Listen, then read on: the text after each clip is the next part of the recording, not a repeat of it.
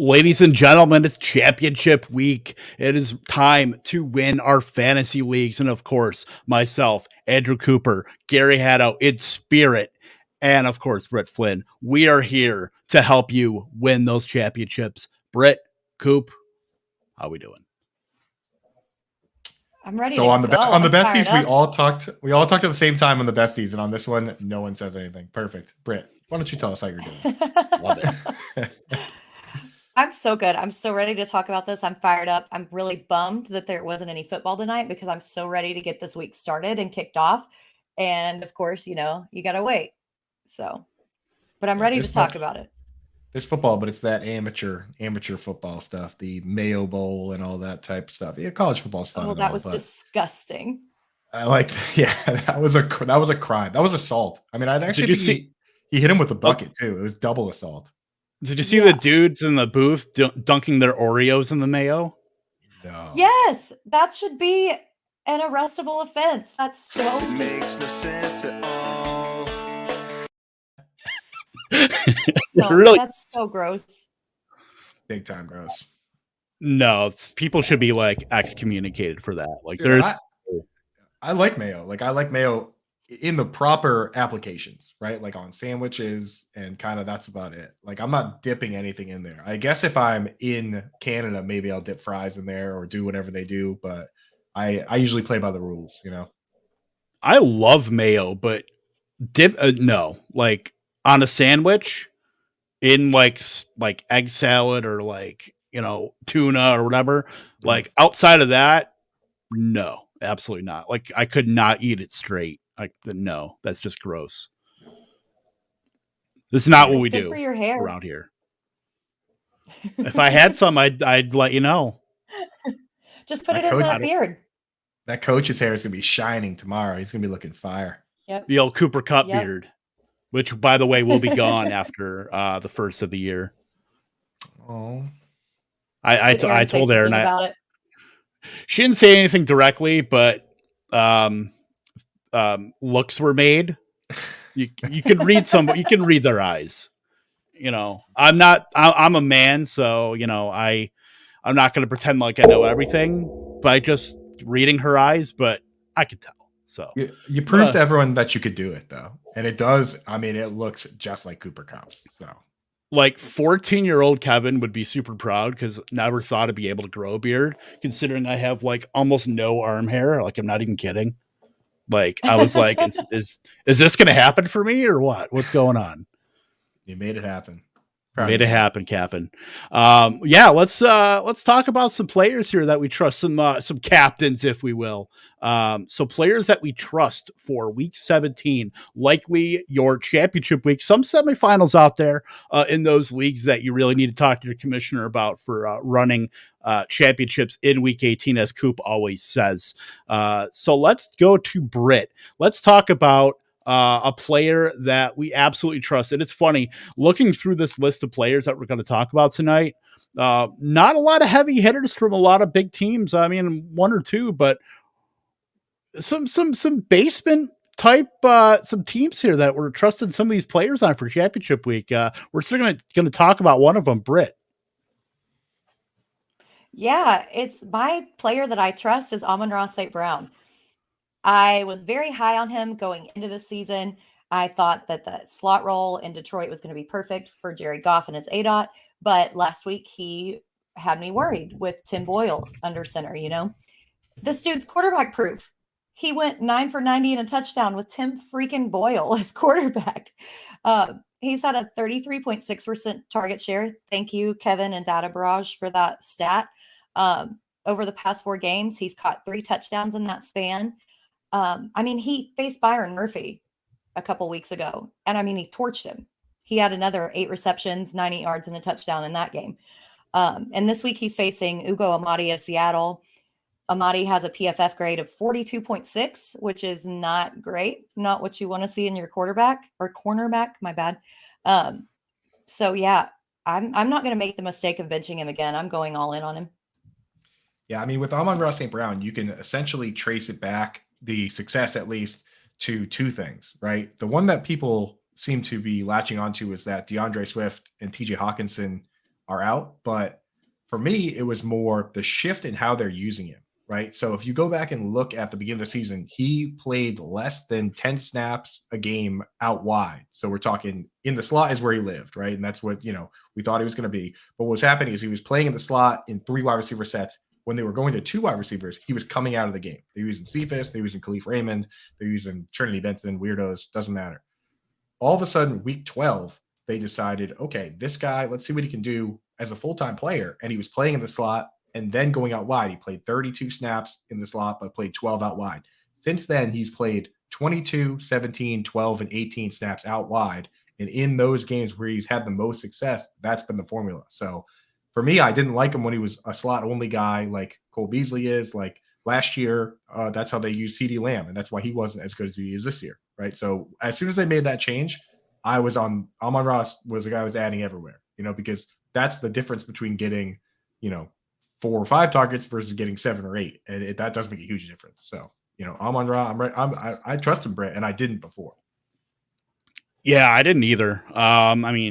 4 games of double-digit targets kind of helps to alleviate some of that distrust. But another avenue I want to take this to could be a poor man's Cooper Kupp. I mean, Brad Holmes was the director of scouting for the Rams for a long time. Probably saw some parallels in there as a slot machine.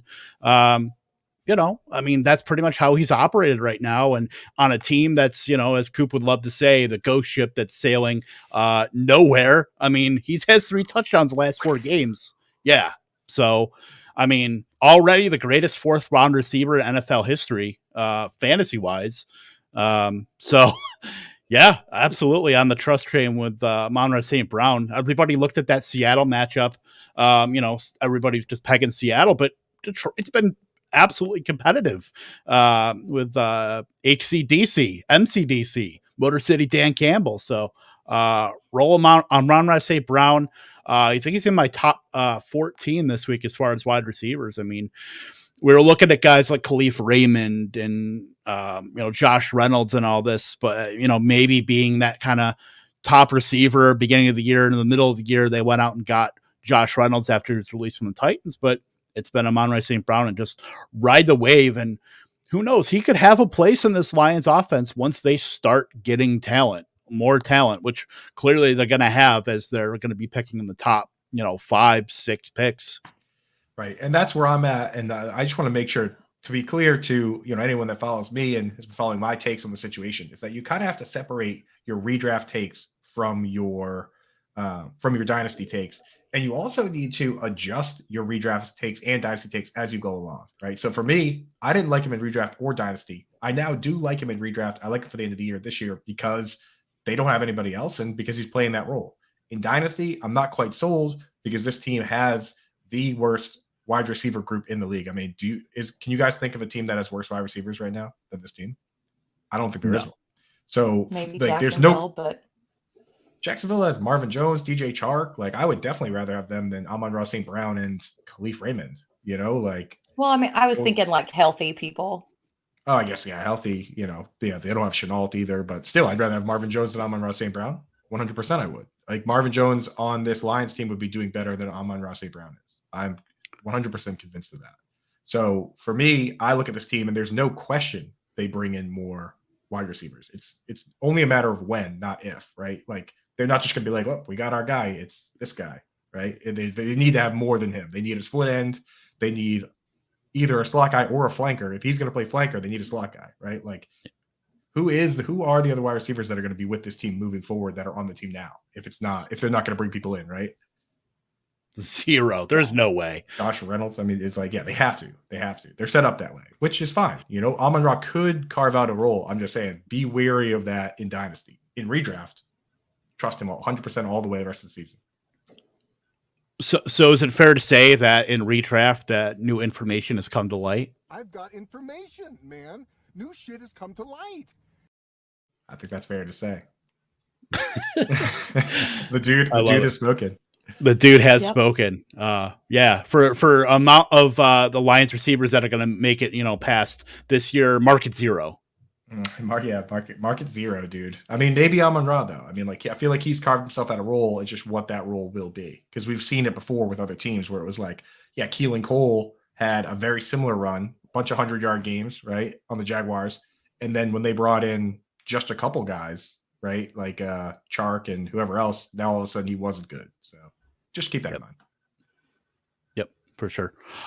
Coop, stay with that theme. Who is the player that you absolutely trust in week 17? Yeah, so this is a player that, I've been championing since the start. Only I liked him, and his name is T. Higgins. Who? Never heard of him. I'm just kidding, Kev. I'm kidding. I'm not going to steal your guy, man.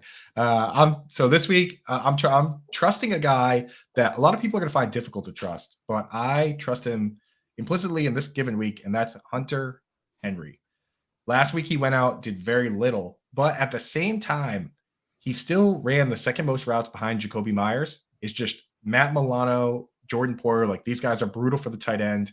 McDaniels and Belichick are never afraid to spread the ball around and go away from the bad matchups to take what's given to you, right? So for me, you have Hunter Henry's a guy you start in the good matchups and you go away from in the bad matchups. So the whole time my plan was start Hunter Henry against Indy and then start someone else. I was starting Evan Ingram in leagues because he was going against the Eagles, a bunch of different random people. And now I'm coming back to Hunter Henry because it's a good matchup. The Jaguars are a team that can easily be thrown on. The Patriots are big favorites. I don't think they're just going to run the ball all day against this team. I think Hunter Henry is a guy that could easily catch, 4 or 5 balls, or just 3 to 5 even, but find the end zone. In that Colts game, he got 3 end zone targets, scored 2 touchdowns on him, and one of them was intercepted by Darius Leonard. But he's clearly the end zone guy. He has 10 touchdowns. So in this week, where it's just, you might need just anyone to get in there, I trust Hunter Henry to give you a decent floor. And it's basically he'll catch a few passes. He might score, he might not, but I think he has a good chance to score, which is all you really want in this world, in this tight end landscape. So Hunter Henry. Yeah, I agree. Absolutely. I've loved Hunter Henry going into the season. I wasn't gaslit by the $50 million Jonnu Smith contract like it seems almost everybody else was. But I'm also biased because Hunter Henry went to Arkansas. I watched him play for 4 years in college. Like, I know the kind of athleticism that this guy has. And for some reason, it seems like Belichick really likes Arkansas players. I don't know why. It seems like pretty much almost everybody who goes pro ends up doing a stint or two in New England, and he knows what to do with them. And I mean, he's proven that this season.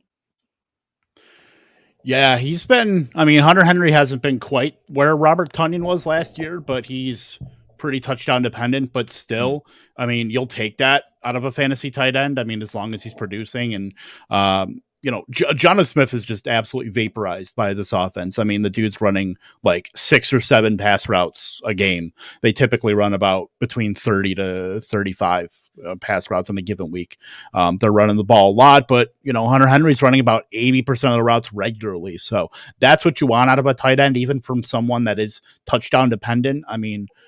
Robert Tonyan was, almost sub-packaged last season, and he's doing that. What you want out of a fantasy tight end, you want a guy who's going to be on the field, and Hunter Henry is on the field a majority of the time running routes. So, as touchdown dependent as he is, I still trust him in a great matchup against Jacksonville.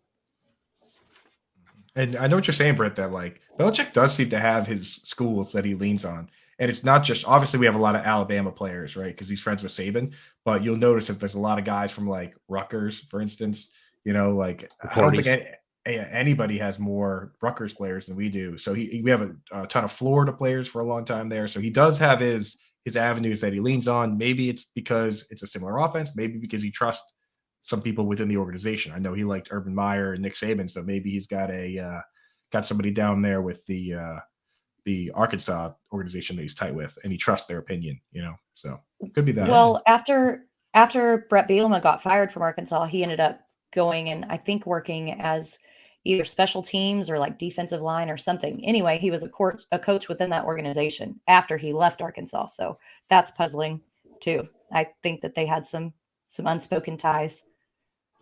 Yeah, I can imagine. So there's a lot of that. Yes, maybe. The Rutgers thing now, they did trade a pick for Mohamed Sanu. Maybe he's a Greg Schiano guy. Who knew? I think that maybe Steve Belichick went to Rutgers. I think Steve Belichick might have played lacrosse at Rutgers. Something. Yeah, I think he did, honestly. So He played for Rutgers. Actually, he played football for Rutgers under Greg Schiano. I just Googled it. So yeah, I guess Belichick does just kind of do that, which kind of a weird way to draft, but it works, you know? Yeah. Hey, whatever works. Not going to argue. Yeah. My guy is going to be Brandon Cooks. Didn't play last week because he was on the COVID list, but the previous 2 games before, he's averaging almost 11 targets, 8 catches. He has been pretty much their offense. I mean, you're not going to tie. You're not going to be rostering anybody else from this passing game besides maybe a deep flyer on Brevin Jordan, who I'll actually mention later on. But yeah, Brandon Cooks has been awesome, and Davis Mills hasn't really been that bad. He's gone up against in his last 3 games top 15 pass defenses, and thrown 5 touchdowns, only 1 interception, and almost 8 yards per attempt. So, I mean, ride the wave with Brandon Cooks, who's pretty much been their volume producer. And imagine if he had a better, offensive ecosystem. I mean, we've seen it time and time again with the Saints, with the Rams, with the Patriots. He's making Dougie Mills a little relevant. I mean, San Francisco is, they're out to shut down the run. They're not really going to stop the pass. So there's avenues for Brandon Cooks to be a top 6, 7 overall wide receiver this week.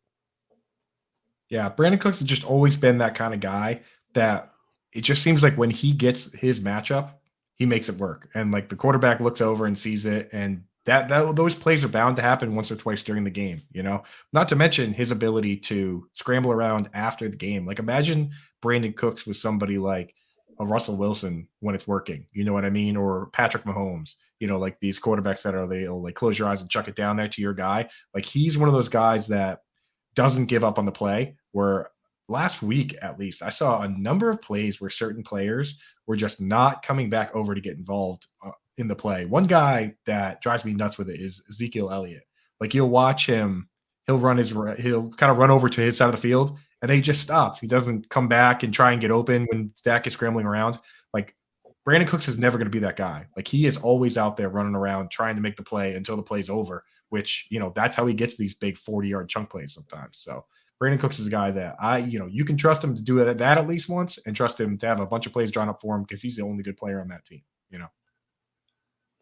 Yeah, it really sucks that he's been to so many different teams and that he's kind of earned the journeyman tag, because he's good enough to be, a franchise player. It just somehow hasn't worked out for him. But this week going up against San Francisco, since they lost all of their secondary, I mean, the past 4 weeks, they've been giving up, I think, almost 43 fantasy points per game to wide receivers. So San Francisco is super exploitable in their secondary. I mean, it's going to be a great matchup. Yeah. Pretty excited about Cooks at least this week. Got him in a couple spots, and he should be able to at least deliver at least a floor projection, at least double-digit fantasy points, and hopefully gets loose for a touchdown.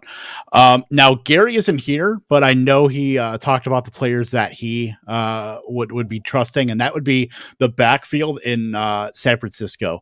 Whether it's Jeff Wilson or Elijah Mitchell, not a lot of clarity in that right now, but against Jacksonville, I mean, that seems like a pretty solid bet to me. What do you guys think? Not Jacksonville. The Patriots playing Jacksonville. Or I'm sorry, the Texans. Sorry, bad teams. They all get mixed up. Yeah, it's same thing. Actually, it's better. It's a better matchup. So yeah, I know I'm there with him 100%. I mean, I've said it multiple times that I believe that Trent Williams, if there's any justice in this world, they give Trent Williams the offensive player of the year, because he has been the best offensive player, man. Give the MVP to whatever quarterback you want. But for one time, if you're going to have a guy having an amazing season like this, I mean, I think his grade on Pro Football Focus is like a 98 or 99. You know what I mean? It's insane. It's like breaking the formula, because you've never seen anybody at any position do that. And like, to me, it sends the wrong message if this guy can have that good of a season and you can't give him the award. Like, what does he got to do? So just this one time, it's not even the MVP. It's like this. You're giving basically the offensive player of the year has become the second place best offensive player award in reality. That's what it is. So give the MVP to the quarterback, and then give the MVP to the offensive player of the year to him. And then every lineman, it'll be like, when a lineman scores a touchdown, like an offensive lineman, and all the other offensive linemen go crazy as if they scored the touchdown. Like, just do that one time, right? And just let the offensive linemen of the world have it this one time, So to not to get off the point, but I'm willing to start any running back that's starting for that team behind Trent Williams against the Texans in any given week. So I'm with you on there, Gary, the ghost of Gary. I love it. The only thing I'm with that, I'm just a little concerned about Trey Lance because he is such a scrambler and such a rushing quarterback. I think that takes away a little bit from the running back in San Francisco, but I mean, I don't think it's going to be bad by any means. I mean, it's against the Texans, so whoever starts should still have a really great week. Way to rain on our parade, Britt, with a very good point. I know, right? And then I'm going to answer to all these Fargo people about why are we bad mouthing Trey Lance? Keep those good points to yourself. The ghost of Gary would be very upset with you. No, he would. Oh my God. Yeah. I mean, the thing is Garoppolo wants to start. Like they might have to kind of protect him from himself at this point. I mean, he has it's a torn thumb ligament and a fracture, or at least a chip. It sounds gross. It's a whatever chip. it is. It sounds like it's honestly. Well, your UCL. Go on. Oh no, go ahead, Coop. It sounded like well, I was going to say your UCL. Real. I was. Your UCL connects. It's like your flexibility ligament, and so without that ability to go back and forth, you can't grip a football. Like there's just no way to hold it, let alone get velocity on that ball to throw it accurately or with any speed. I mean, he wasn't at practice today. He stood on the sideline like in sweats. I don't think there's any way that he plays as much as he wants to. Yeah. There's only one quarterback that I've ever seen that was probably tough enough to be able to withstand any kind of break in a thumb, and that was Brett Favre. And I don't know if Jimmy Garoppolo has any kind of Favreism in him, but it's your throwing hand. I mean, that's good luck. Yeah. Hand the ball off 40 times. Yeah. From what we know about Favre, I mean, he suffered the price long term, both in terms of injuries, but also in terms of like the amount of like medications he was taking to play those games. So like, I don't know if we want Jimmy G to go full Favre here. You know what I mean? That Favre period was probably pretty bad for your long-term health. So Gary with an interesting point. He does have the interceptions. Well, yeah, all I'll just say is keep a cell phone away. Keep a cell phone away from Jimmy Garoppolo. Anyway, moving on. We talked about the players that we do trust, players that we're not trusting. I will start this one, actually, and it's a tight end. It kind of Coop's wheelhouse. It's Mike Geseki. Mike Geseki has been pretty much non-existent for the Dolphins the last since week 8 I believe that was the last time he scored a touchdown. He's been tight end 23 in points per game since then, right behind fantasy stalwart. And I told you I was going to mention him, Brevin Jordan.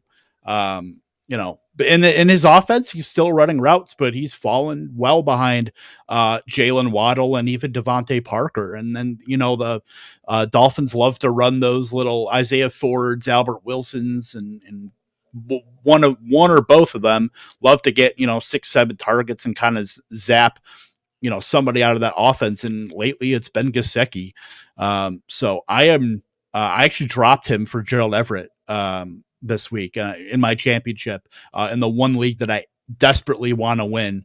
I just outright dropped Gaseki. I had him on my bench because I had Hawkinson, had to start him, and now it's tough, but you got to make the tough decisions if you want to win a title. And Geseki can't just get tied to the first, 7 weeks of the season where he was just absolutely dominating. Yeah, and not only that, but this Titans defense has good interior coverage players. Like they've been very good against tight ends. They've been good against the slot. They're very fast, and it creates a lot of problems for guys like Geseki. And not only that, but this Titans team in general lately has really been slowing the game down, and they've been playing. It's kind of like the equivalent of like a MMA match where one guy just wants to take you to the ground all the time, and it just, gets kind of boring. Like that's been all these games. I think they're all going under 40 points. I think the over under for this game is like 39.5, which is one of the lowest ones of the week. Anytime it's under 40, that's considered to be fairly low. So I think that I think you're right on this one, Kev, that this is not your typical game where it's going to be a big shootout. And the thing with Geseki that we've always liked is you look at so many tight ends across the board and you say guys like Noah Fant or even Hunter Henry. Like if one of those guys got 10 targets or 12 targets, you'd be surprised because they have so many options that they don't really have a reason to go to one guy 12 times. But Geseki's he's had that upside, which has kept him high in the rankings, is that if he got 12 targets in a game, you wouldn't be surprised. But the way he's playing right now in this matchup, I would be surprised by that. And that kind of saps some of the upside. So I'm with you that I'm nervous for Geseki for sure. Well, and it's kind of weird too. They've been running a lot of 12 personnel and they've had like Durham Smythe out there. And sometimes when Smythe is out there, he's getting the target looks over Geseki. Like it's really super strange just how fast it changed. But yeah, Kev's spot on. Yeah, it's the path of least resistance with Durham Smythe, I feel like, where they finally realized, oh, no one's treating this guy like he's an asset, so no one's covering him. And, it's now that they figured that out, that's just more targets going away from the guys we want the ball to go to. So, yep. And it's funny because I thought we were on our way in like the first, 6-7 weeks to, okay, we can finally start penciling in Mike Geseki. And now he puts up this second half on us. And now when we're talking about 2022, we got to have the same song and dance about Mike Geseki. I mean, he's a free agent, I believe. So now we got to talk about him. Where's he going to go? Someone's going to pay him. That's the thing. Hopefully somebody pays him to play slot. You know what I mean? Like it's great when he plays slot. It's good for fantasy football. Him being categorized as a tight end playing slot like every play. If a team, my concern is that a team is going to have a situation where Jason Garrett decides he's going to use Evan Ingram like he's Jason Witten, putting his hand in the dirt, and it's just not how you use that player. So I hope whatever team does sign him recognizes who he is and how he should be utilized, rather than a team just saying, "Oh, who's the best tight end out there? Geseki. Okay, let's get him." And then they realize that that's not how you use this guy at all, because that's how Adam Gase used him. Adam Gase had him blocking on 17% of his pass plays, and he's not a good blocker. And Adam Gase is a terrible coach. And then the very next season, Brian Flores had him blocking on 2% of his pass plays, and he was tight end 6. I mean, imagine that, right? Like, so it's just a matter of how these guys are used, and that guy is super scheme dependent. So that's what I'm going to be watching very closely, where he ends up. Yep, it do be like that. Let's go with Britt. Let's go with your player that you're not trusting this weekend, and I definitely agree with this. So, floor is yours. And I always pick the guys with really hard to pronounce names, but I'm not showing off, I swear. Dare Ogunbowale for the Jacksonville Jaguars. Sure, when James Robinson went out, he did okay. I mean, he got like 15 fantasy points, but he was playing against the Jets. Like the Patriots are not the Jets. They're not. He only runs a 4.65 40. New England's only allowed 1 touchdown by running backs over the past 4 weeks. The game script's highly against him. I mean, the Patriots are 15.5-point favorites. And to make things worse, the Jags are literally without their entire offensive line. They're missing their left tackle, their left guard, their right guard, their center. And on the depth chart, they only have 1 healthy right tackle. So if anything happens to him, like they're going to shift some like 3rd or 4th stringer over to like play. It's just not a good situation. And I think everybody who went out and spent the fab because of the whole volume argument is going to be severely disappointed in their championship. Yeah. I mean, when you think about it, running the ball is typically the luxury of the winning team, right? Like you can't just go out and run the ball unless you're last year Jaguars trying to lose on purpose, running the ball, just every play, just hoping the game ends. Like running is the luxury of the winning team where you can't just run it a million times if you're losing. And Vegas is the best in the world at predicting what's going to happen in these games and in fantasy football. So when they say the Jaguars are going to lose by 16 points this week, they're not always right, but they're usually pretty good at it. So I doubt the Jaguars. I mean, if the Jaguars win, that'd be one of the biggest upsets of all time, really, in the NFL. 16-point underdogs. I mean, I'm going to this game, so I will probably be crying if they lose, but I don't expect they do, and I don't expect Dare Ungungwale runs for 1,000,000 yards. So I don't know, Kev, what do you think? I mean, at the very least, at least they have a glorified offensive lineman and Chris Manhertz to shove in there. So, I mean, there you go. Right tackle fixed. Yeah. Everything else, good luck. Yeah, Jacksonville is, we talk about all the time, the ghost ship right now. I mean, they've literally they've lost everybody. They lost James Robinson. It's going to be Dark. I mean, Hyde's, I think he's on IR as well. So Chark, Chenault. Yeah. Chenault hurts. He might not be a thing unless whoever comes in, we'll see what Shad Khan wants to do with their hire. But yeah, Dare Ungungwale, he ran 70% of the routes last week. That's what you're going to have to hope, that he gets like a bunch of empty receptions if you're starting him. And that's probably what it would be. But I don't think, you're talking about, this is basically a receiving back that can moonlight as a rusher, and that's pretty much you gotta kind of expect that at this point. It's tough, but I'm not touching Dare Ungungwale in any league. Buyer beware. I totally agree. Yep. I actually talked my husband out of it. He picked him up in a league, and I was like, "Don't do it. Drop him. Don't do it." I'm like the little person on the shoulder. Give him the eyes. Oh yeah, you know it.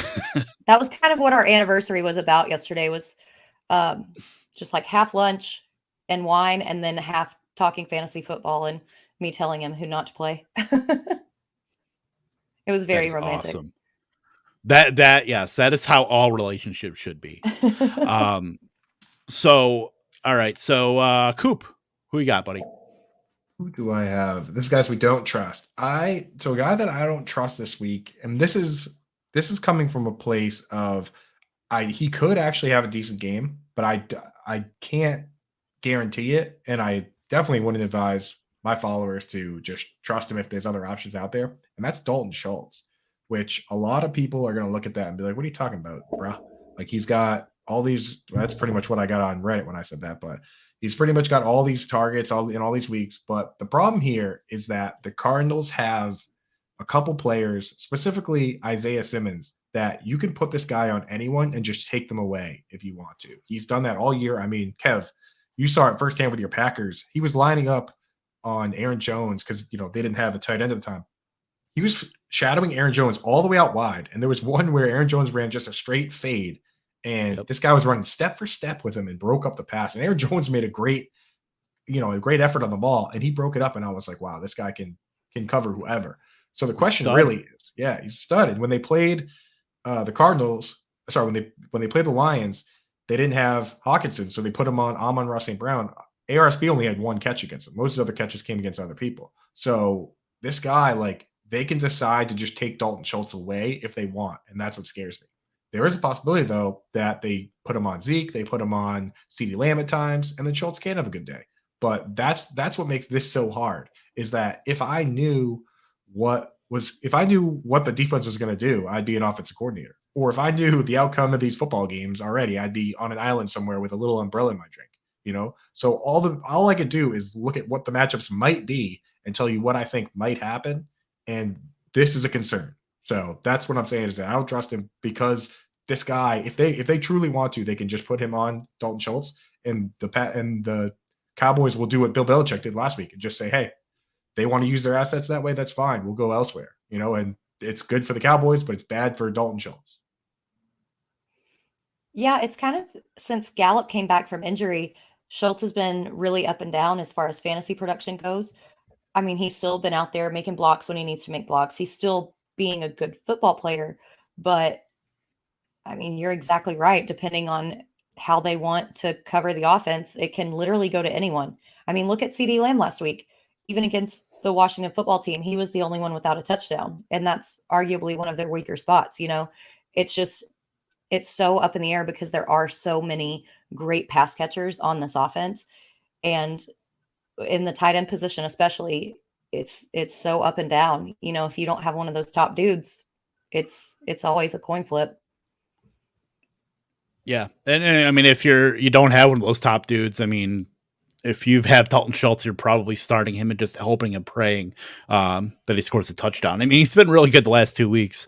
He's been I believe, top 3 tight end fantasy points wise. But yeah, with so much competition, that's what we were talking about. Talk about the tight ends beginning of the season, where are these guys going to fit in when all 3 of these wide receivers are back, and with Gallup, Lamb, and Cooper, not to mention throwing to Zeke, involving Pollard.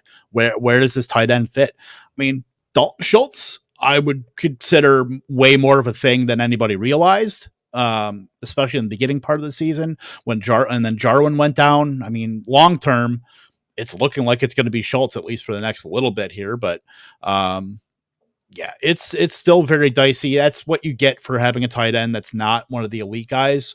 And if you have him, you probably held on to him, as kind of maybe a backup end or a matchup dependent guy. But it's a little harder for me to put any kind of stock in the Dalton Schultz, just knowing that, yeah, he could probably go for 8 targets, 6 for 60 and a touchdown, but could just very well sink your team too, with 2 or 3 targets and nothing, especially if, because Arizona's been up and down too. Dallas came out and showed out last week on Monday or on Sunday Night Football against, granted it was Washington, but if that kind of Dak Prescott is back, throw, and then pretty much just salted away running the ball. If Schultz doesn't get one of those touchdowns, he's pretty much sank. Right. It could be a shootout and then everyone feasts, but again, it's that one matchup that scares me, and that's why it's like, if they don't use if I cover someone else's Simmons, then it could be wheels up for Schultz, but that's just the risk that you're taking if you want to do that. I'm not taking it. Yep. And this is the one matchup too, like on Underdog, when people were targeting matchups for like the best ball mania, like it was Dallas, Arizona. People were making their lineups solely on this game, Dallas and Arizona, as like the shootout of shootouts. Don't know if that's going to happen, but that's the kind of potential that this game has. So yeah, and when you do make your DraftKings lineups, you should factor that in, because if you just think about it mathematically, right? Like this game, the over/under is let's see, I had it up a second ago, 51 points, right? 51. Now 51. Now think about the Giants-Bears game. The over/under in that game is 37. That means there's 2 more touchdowns going to be scored in this game than the other game. And the Giants, like take the Jaguars for instance. The Patriots are 16-point favorites, and the over/under is only 41 points. That means Vegas is saying the Jaguars maybe score 1 touchdown, and that's what they're predicting for that team. It's like you got to factor that into the way that you do your fantasy analysts and your matchups and stuff, because like these guys have everything riding on it. You know what I mean? Like when Vegas has so much riding on this, they have so much information. They're not going to go in and try to do fantasy predictions. That's our job, but they'll at least give us the guidelines of what they think the script of the game is going to be like. So we got to factor that in every time. Yeah. And I mean, Dak scrambled a little bit last week too. I mean, we haven't really seen him scrambling, but if he does that against Arizona and then makes plays with his legs rather than throwing it, that throws a whole other wrench into things too. So yeah, we got a little bit of vintage Dak. I mean, that was really great to see, but again, this matchup, I just don't know if that's, we're going to get that, what we were kind of projecting in the beginning of the season from Cardinals Cowboys, but we're due for like just one of those absolutely bonkers fantasy matchups. I think we haven't really gone, this long almost without one. It's been good month or so. I kind of thought the Chiefs Steelers would be that, and then it obviously did not happen. So yeah. And then Gary's Steelers also, the that's the story of the 2021 Pittsburgh Steelers. Pretty much. I'm interested in the Steelers, man. I'm interested just for this whole Big Ben going away party. I think that they, Tomlin saying he might give him the keys to the car. It could be a spectacular disaster, but I mean, I think Big Ben's going to go out slinging, right? I certainly hope so. I mean, dude had a fantastic career. I mean, the dude absolutely deserves to go out on his own terms. I want to know what they're going to do post Ben Roethlisberger quarterback. I mean, it's going to be very interesting whether they go out and get somebody or they actually draft somebody. I know it's not a great quarterback class, but I mean, you could kind of stay in city and go out and get Kenny Pickett or, go out and get Aaron Rodgers. That'd be wild, man. If you get Rodgers, bring in Devontae Adams with him, or even just bring Juju back. I mean, then you're all of a sudden you're a serious contender, right? Oh, for sure. Oh, absolutely. They're probably the top team. I put them right there with the Chiefs. Once they get everybody healthy, on defense for another season. One thing there's two landing spots. I mean, not to kind of tangent this, but we're running pretty good on time here. Two landing spots that I've been thinking about, and with guys with ties to Rodgers. I mean, Nathaniel Hackett, their offensive coordinator, kind of came from Jacksonville. He might be a head coaching candidate for the Jaguars. That could be interesting. Rodgers potentially Jacksonville, who knows, or even Cleveland, because they have Alex Van Pelt, who is his longtime quarterbacks coach with Green Bay. Also, I believe he's their offensive coordinator now in Cleveland. But if they decide with Baker Mayfield and they get this window with a good defense with some decent skill position players there, Aaron Rodgers, these shots don't come every day for a guy like that. I really like Denver as a landing spot for him because his fiance has a house in Boulder. The clay eater. Yep. That's the one. There you have it. That's a take that would not have come from me. I will make sure I put that on a graphic and tweet that out. The clay eater. The clay eater. Yes. The clay eater take. Those are takes that don't come out every day either. But they matter though, because I distinctly remember Eric Decker. Eric Decker went to Nashville because of his wife, right? His wife. She's a Nashville singer. So it's not those takes. That's why we need to have diversity on this team, and that's why we have you here, Britt. For those takes, the wife relocation takes. I thought diversity was an old wooden shit. Why? We have Britt as a reminder. There we go. Here we go. Here's another take from the comments, dude. We get these. This is the new show.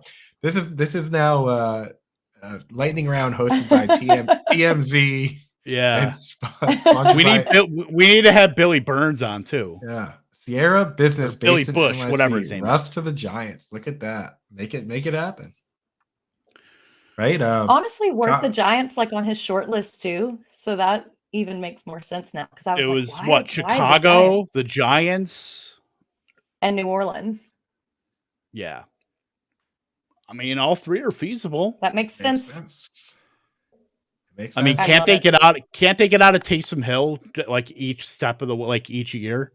I think they're was really incentive based. It was a really heavily incentive based contract. So yeah, I feel like I don't have the numbers in front of me, but I think they can get out of that at least fairly easily. So I mean, who knows? This is it's gonna be a fun. As for quarterbacks, it's gonna be more like these veteran quarterbacks switching deck chairs on the Titanic. With Russell Wilson. I mean, that's pretty much what it is because it's not a great rookie quarterback class. Tom Brady's gonna finish out his career playing for Flamengo in Rio de Janeiro, the California Penal League. Oh my God! Hey, Giselle's from Brazil. It makes sense. That's what I'm saying. Flamengo, dale, oh. Is him and Giselle? Are they going to move in with Cristiano Ronaldo and his summer house in Buenos Aires? I feel like wherever Tom Brady goes, he has somebody living in his house. That's weird. It's usually Antonio Brown will live down there with him too, right? Right. It's good times. So there's one player that we haven't talked about. It's players that we don't trust. And this is from our person who's not here, Gary. Michael Pittman Jr., who Um, we're likely getting Carson Wentz back. The whole protocol shifting with all that. That would have taken him out previously, but I believe he's on track to start for the Colts in week 17. So, he still gets a lot of, if there's anybody that can get volume in Indianapolis, it's Michael Pittman. And pretty much Carson Wentz, his ceiling is directly tied to whatever Pittman does. So I don't know if he's not a great trust because we know the Colts want to run the ball every step of the way, but they're going up against Vegas. They're not a great team. That's a team they should probably kind of steamroll. They're getting Darius Leonard back off the COVID list as well. So, he's kind of in that murky area for me where I know Pittman's going to get the targets, but it could be 13 targets, and 10 catches for 100 yards, or it could be inefficient Carson Wentz, 11 targets, 3 for 37, and then just everything else is spread out. That's the Indianapolis Colts this season is, usually you either have one guy, which is usually Pittman up at the top, and then everybody else is spread so thin, or everybody is. Yeah, Pittman for me has been one of those guys, like probably ranked similar to Mike Williams, a little higher than Mike Williams for me, but like a guy that you start as your third wide receiver where you have to, a back against the wall type player, where you do feel a little uncomfortable about it because, like you said, he has the inefficient games. He had a game like Tampa game, 10 targets but 4 catches, right? Patriots game, he had 5 targets, only caught 1. He got ejected from the game, so he probably would have had a little better game than that, but still, like, that does concern you. So I'm with you. Like, it's like Dalton Schultz for me, where I acknowledge that he could have a good game, and I bet if Gary were here right now, he would acknowledge that Pittman does have some upside. But as far as guys you could trust to go out there and get you catches every game, I might trust friggin' Laquan Treadwell to get his steady number of catches. Like, he doesn't have the upside, but Laquan Treadwell is just 9 or 10 fantasy points every week right now, right? Like, I know the Patriots aren't even a tough matchup for the second wide receiver. I feel like that's where things get kind of funneled on this team anyway. So, but I wouldn't start Laquan Treadwell over Pittman just because I like the upside of Pittman. Just like with Schultz, I'm still starting Schultz over guys like Tyler Conklin and even like Noah Fant because I like the upside. I just acknowledge the downside. So with Pitts, I acknowledge the downside, but I'm still probably starting him where I have him because, how many guys are getting 12 targets, right? Pittman's done it like 4 times. Right. Yeah. So it's like, I take the upside of maybe, Yeah, I get that. And I'm probably starting him if I don't have anybody else better to start. But my concern is that, the Raiders are 3rd worst against the running back over the past 4 weeks. The Colts defense is like 2nd in total takeaways on the year. So if they, we know how Josh Jacobs loves to fumble, right? So if they can capitalize on a turnover, get a lead, then all they're going to do is run JT and they're not really going to worry about throwing the ball. And I think Carson Wentz only threw the ball like 6 times a couple weeks ago. It was not great. And I'm just worried that kind of performance could happen again this week. Yeah. That's another thing too is, yeah. Yeah. I do. The Colts, they don't run a lot of dropbacks anyway. When they're going, they're not passing, they're running the ball. So yeah, you're just looking at even potential volume. Pittman's probably gonna get it, but just the shakiness of his efficiency and just knowing that can go down the tubes at any moment. That's what's making him the guy it's very hard to trust him, though he will probably get close to, if not double digits in targets. Daryl, what are we thinking about Swift on Sunday against Seattle? I'll start with one quick point that I think that it's pretty stupid that he's playing.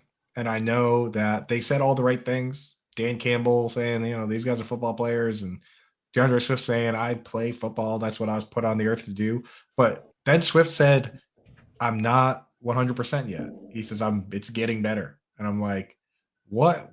He's got a shoulder injury. Like, a sprain is a partially torn muscle, right? It's like, or ligament. Like, it's like there's no reason to play if you're not 100%. The team they're not winning anything. In fact, a loss would be better. I know, but culture building, the whole deal. The culture's built. Everyone likes Dan Campbell, right? So for me, I don't even like the fact that he's playing. As far as fantasy, I'd like to hear what you guys have to say. Yeah, and I mean, I'm not. Jamal Williams Go is ahead. back, and Craig Reynolds has done okay. Oh, sorry. I think we're on a little bit of a lag. My bad. Jamal Williams is back off COVID. Craig Reynolds has done okay. I agree with you, Coop. I don't think that there's any reason to play him. I have to start him in a league, and I'm honestly very concerned about it because there's not really another good running back out on waivers that I can pick up and sub in for him. So I'm just kind of crossing my fingers and praying, but I don't feel good about it. Yeah, Swift is tough. I mean, Coop, you've pretty much nailed it. Like, why is he even playing? Like, why is he even starting? If you value the assets that you do have, this should be an easy spot where, Detroit's clearly not winning anything. And like you said, the culture is there. Players love Dan Campbell, like almost as much as universally loved coach Jim Caldwell.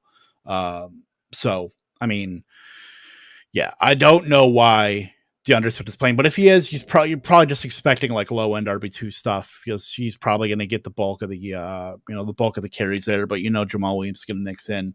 Obviously in the passing game, he's probably going to be a factor too. But God, I think I have him. I think he's my RB22 right now, just because I don't know between Seattle and Detroit. I mean, that's just one of those games you look at on paper, and I just don't want any player. And I mean, outside of like St. Brown, that's like just one of those gross week 17 matchups where it doesn't really help anything.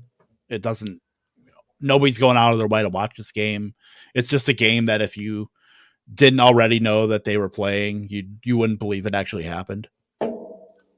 Right. It's like it's on at the same exact time as the Cardinals playing the Cowboys. Like, I'll go out of my way to make sure I see no moments from that Lions game. Actually, I'll probably be watching Red Zone, so I guess I will see a couple if somebody scores a touchdown. But we're degenerates. Of course we're watching Red Zone. Yeah. So, but yeah, I mean, so after all that I said, I'll start Swift if he's full in practice and he's starting for the team. I mean, he's a good player. I just think it's a bad idea. If he gets hurt, then I never victory lap injuries, so I'm not even going to mention it if he gets hurt. But I'm just saying right now that it's pretty stupid. Like, especially if he hurts his shoulder, right? And this is a guy that had a serious concussion last year to the point where Adrian Peterson said that DeAndre Swift isn't acting like himself when he came back, and that is a scary thing. And when you're trying to build a team for the future, I see no point to putting a player like that out there when he's still not 100%. So.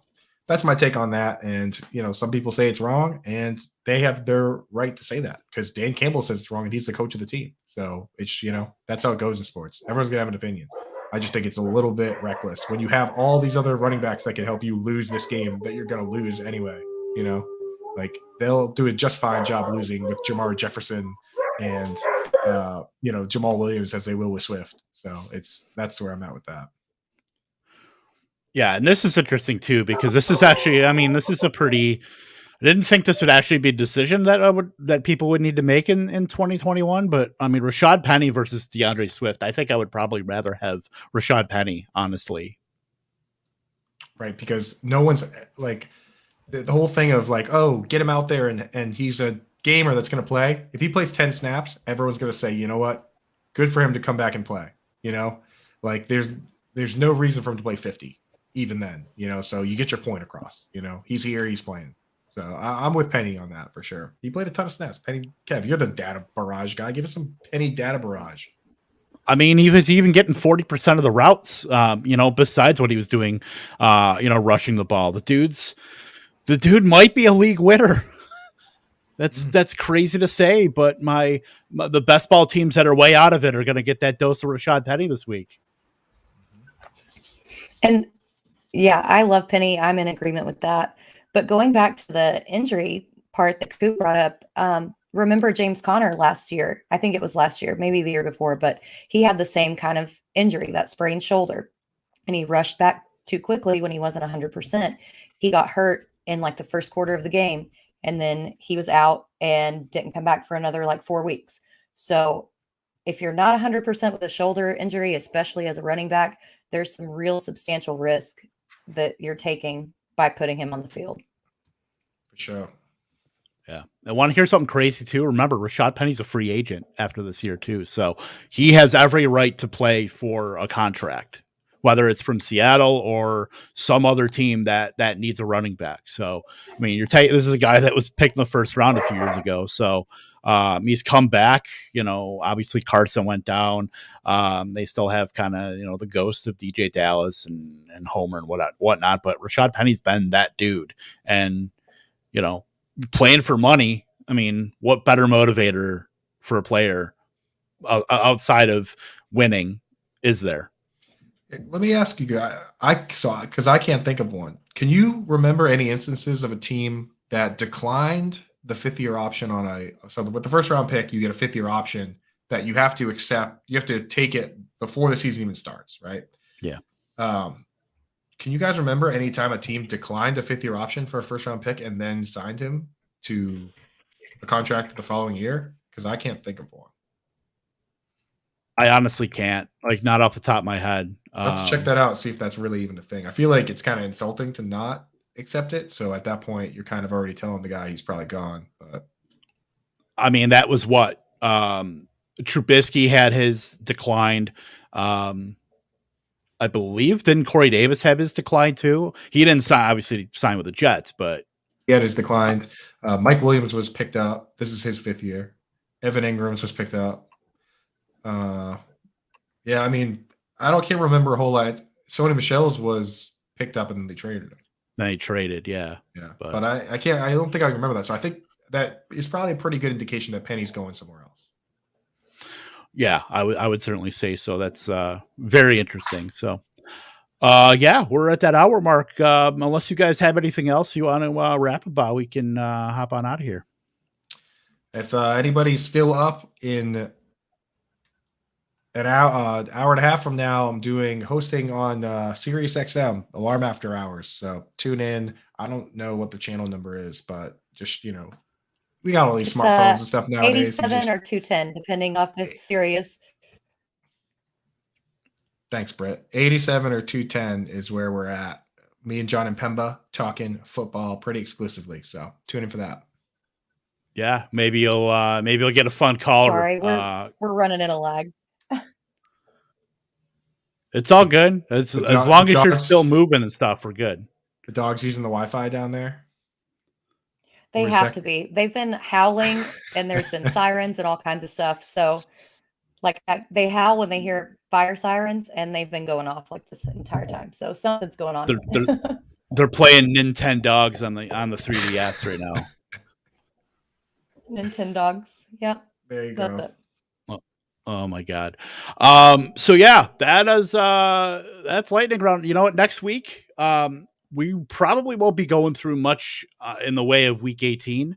But what we will be doing is our fantasy awards, the lightning roundup, where we take the best and the brightest. Maybe we'll roll out some red carpet for that one, but we will talk about the best and brightest of 2021 as far as fantasy goes. So we get dressed up. I'll put on a suit and tie. Why not? All right, let's do it. I'm in. Put on your wear my sequin cape. Got to. There you go. Absolutely. We're getting gussied up for this. Gary will probably still roll in with the we'll see. We'll see what he goes up with. We'll have to I don't know. We'll see. It's going to be fun. That's all it is. So, yeah, go check out Coop on Sirius in about an hour and a half here. About an hour and 20 minutes now. Go check that out. And yeah, next week we will be on here for the Fantasy Awards, the Lightning Roundup. And then Sunday, myself, Britt, and Gary will be a game time decision on the Calm Before the Storm with your starts and sits and taking your lineup questions for week 17, the championship round. So I'm excited to lose all my championships because of RNG. So all right. All right. All right. I believe All in right. you, Kevin. Well, I do too, but it's the tinkering. It gets everybody. It really does. I mean, when you have Yep. AJ Brown, T Higgins, Deebo Samuel, and Cooper Kupp all, and you have to sit one of them. I mean, first world problems right there. Yikes. Yeah, might be sitting Deebo. I'll be gonna lie. sending mine to the chat. It's tough. I mean, with Lance, it might be good to sit Debo. That was my thought. That Who was knows? like the one. I mean, no matter what you do, you're gonna get screwed no matter what. So, I mean, maybe I'll just play him on St. Brown. He's on my bench too. It is kind of weird though. It's like he does have a harder job, but as the goal line running back, the Texans is kind of where you want to be. But the show is over. Come on. The show is over. And I'll just end it with you know what? I'll just end it with playoffs. Don't talk about playoffs. You kidding me? Playoffs? I threw that in there, by the way. Oh, that was perfect. All right. We will see you on Sunday right here. Same bad time, same bad channel. Go check out Coop on Sirius XM channel 82, 7 and 210, 87 and 210, according to Britt. That's another reason we have her around. We're all Fantasy Alarm employees here. So, I mean, That's right. That's right. That's right. All right. That's We right. out. See you on Sunday.